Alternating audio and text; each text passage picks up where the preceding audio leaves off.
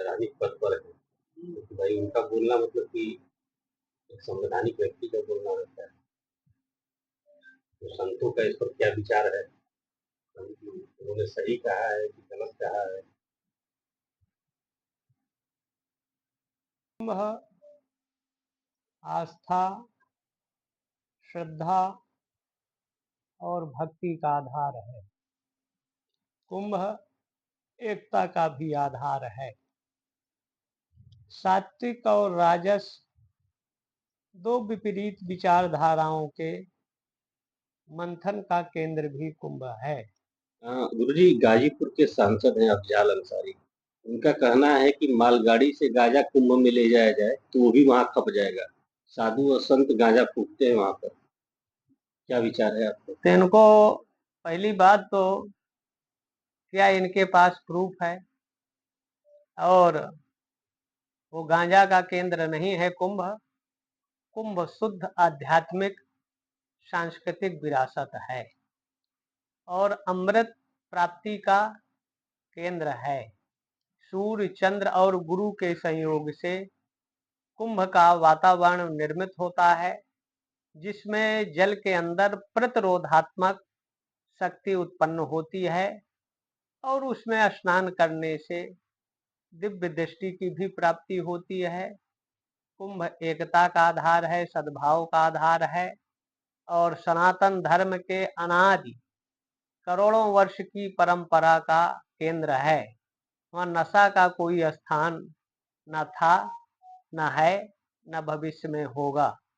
ये लोग स्वयं बिजनेसमैन हैं, तो ऐसे आदमी का नार्को टेस्ट भी होना चाहिए। हो सकता है जो ये कह रहे हैं तो उस सप्लाई में कहीं न कहीं इन लोगों का हाथ हो सकता है।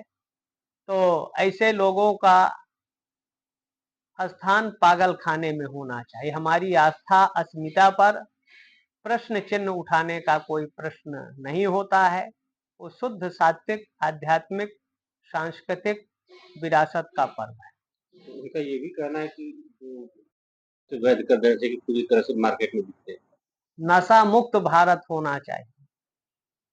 नशा से करोड़ों परिवार बर्बाद होते हैं और नशा मुक्त भारत होगा।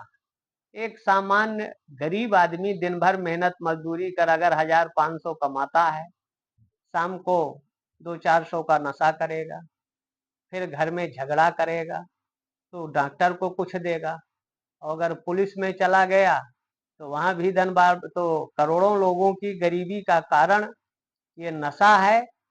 वैध नहीं, इसको पूर्ण रूप से भारत में बैन होना चाहिए, चाहे किसी तरह का नशा। नशा का केंद्र नहीं है, आध्यात्मिक केंद्र है भारत, शिक्षा का केंद्र है, बौद्धिक केंद्र है।